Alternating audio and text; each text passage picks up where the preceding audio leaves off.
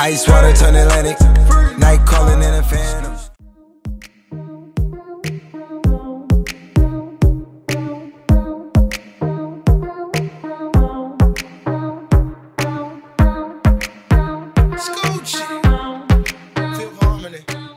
Hi loves, what is up? I am back with another video, and in today's video I'm going to be sharing with you guys how I achieved this half mask makeup look. And this video is completely inspired by Makeuptutorials.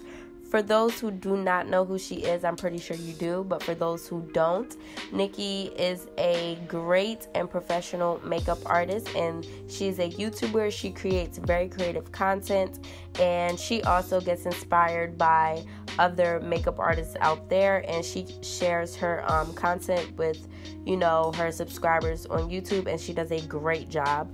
So she did a video creating a half face mask, and I decided to, you know, try that. I don't normally do stuff like this, but I'm very excited for it. So yeah, if you guys are interested in seeing how I created this face mask, then definitely keep on watching.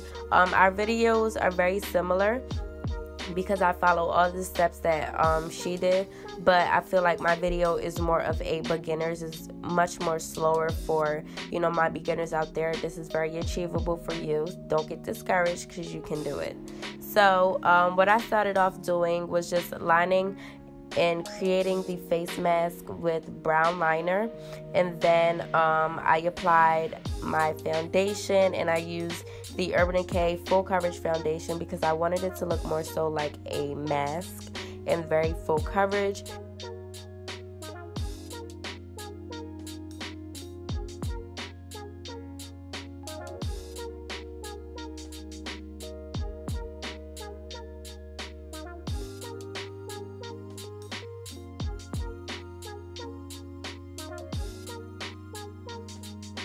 And then I just went in with some concealer and highlighted the areas as if I was doing my full face.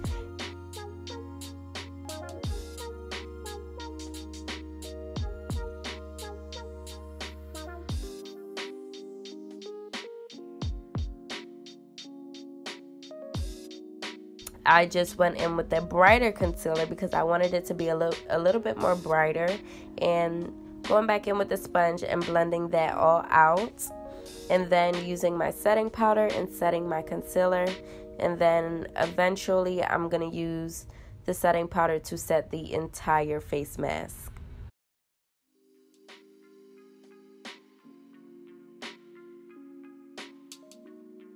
I'm not gonna lie, y'all, this was not easy at all, but we did it, y'all. We did it. So after we completed our face, we're gonna do the brows, and y'all know that I do not do my brows after foundation. I hate the way it looks. I hate the way it feels when we're applying the product. It's just not my thing. So doing this felt a little bit weird, I'm not gonna lie. But I feel like doing your eyebrows after your foundation with this specific look that we're going for made our eyebrows even more bold. So I wasn't mad at it, you know, I made it work. And I'm just using the Anastasia Dip Brow to do my brows because that's like a really dark pomade, and you definitely want to go for a pomade with this look. So I'm just cleaning up the shape of my brows, making sure that it's sharp. And if you are a very dark and bold brow person, then you'll definitely love this because that's what we're going for. And I'm just cleaning up the top of my brows, and yep, I'm gonna blend it out with the sponge so that we can eliminate those harsh concealer lines.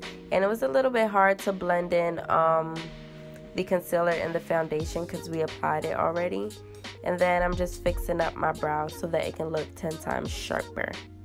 So now for eyes, my eyes were already primed with my foundation, I think, and the leftover residue on the sponge. So I'm just going in and I am starting off with my eyeshadow. I'm just using a orange transition shade, and we're just gonna blend this color and kind of wing out the end of it, and we're just stacking and packing this color on because honestly, y'all, I didn't know what type of look I was going for. I knew I wanted to do a cut crease and I wanted to play around with some color, but I wasn't sure how I was gonna go about it. So this is me like just going as I go, picking up colors, seeing what works, what doesn't work. So I decided to go in with some purple, and I'm fanning out the end because we're going to do a cut crease, and then going back in with the orange brush, we're just blending the edges together and so that the colors can look more blended. And then going back in with some more purple, deepening it up, and then going back in and blending it out. So next I decided to add a little bit more purple and blue mixed together just so that it can deepen it up a bit. And I'm just making sure that everything is blended out and everything is deepened and more so defined. It looks crazy right now, but don't worry, y'all. We gonna get it together. It's a process. Gotta trust the process. So this was my least favorite part, and I think it was because of the brush that I was using.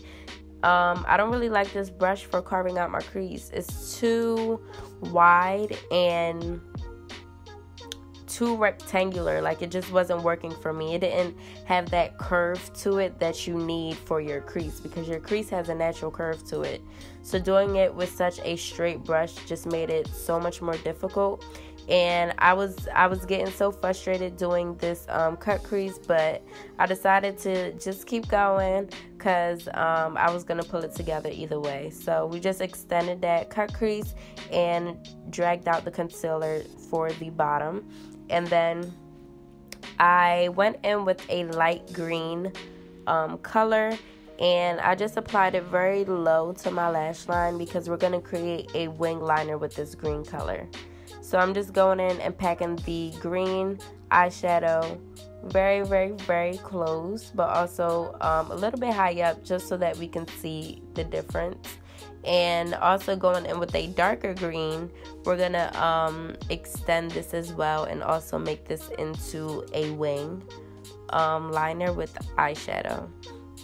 So then to clean up my crease, I went in with a very small angled brush with some purple eyeshadow on it and went over in the very corner of the creases and just created a bit more definition just so that it can look like a hovered and shadowed effect. So again, I went back in with the concealer just to sharpen it up. It was fine, but you know, I just saw something that was bothering me and I couldn't just leave it there. So I just tried to fix it and just make it look a bit more sharper.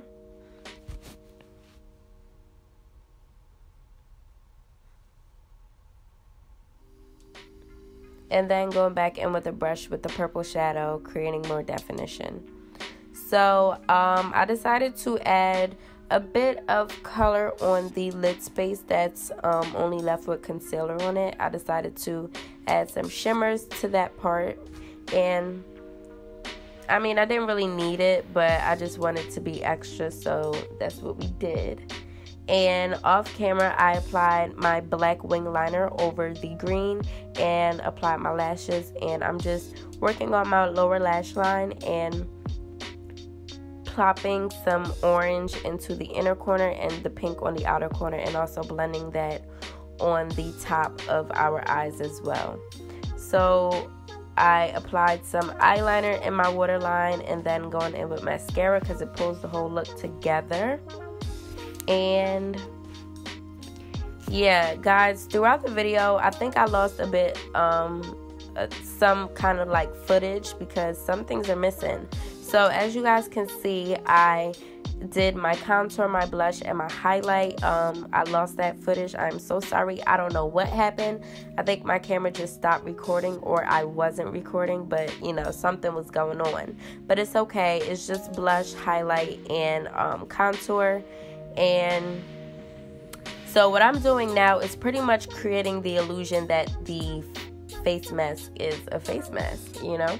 So I am just going in with my contour shade and blending it on the outer corners, and then going in with a dark brown and black eyeshadow on a very, very, very fine pencil brush and lining the outer corners of the face mask to create that overshadowing look, like it's actually placed on.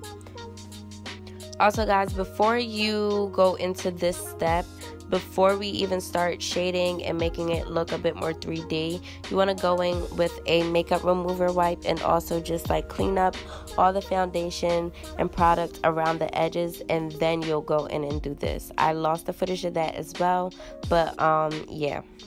So you want to be very tedious with this, and this is the longest part of the whole process. This took me the longest, just making sure that the shadows were perfect, and then going back in and making sure that it just doesn't look like a black line or like a brown line, and that everything is blended out.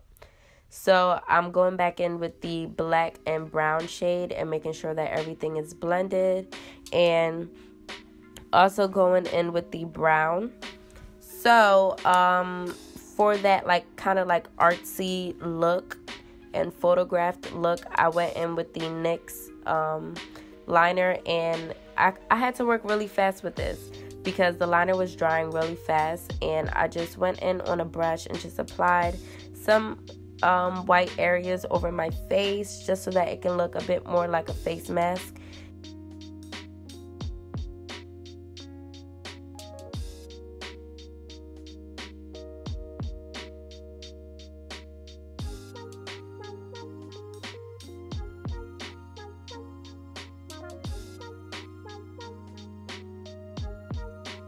And then going in with my translucent powder and just brushing over the brown that we have around our mask just so that it can be a bit more faded in. And yeah, guys, that is the completed look, and I really enjoy I really enjoyed filming this and preparing this for you guys. Again, all credit for this video goes to Makeuptutorial. She's so amazing, such a great artist, and all of her information is down in the description box below, as well as mine. And again, I really loved the way that this turned out. This is my first time doing like an actual like Halloween artsy kind of look, and I really think that it turned out well. So if you guys enjoyed this video, then you know what to do. Give this video a thumbs up, subscribe to my channel, comment down below, and let me know what you guys think of this, if you guys like it, and just let me know your thoughts on it. And yeah, before we go, today's motivational quote is, God brought you through troubled waters because your enemies can't swim. So with that being said, take that with you throughout the rest of the week, and I will see you loves in my next video. Bye.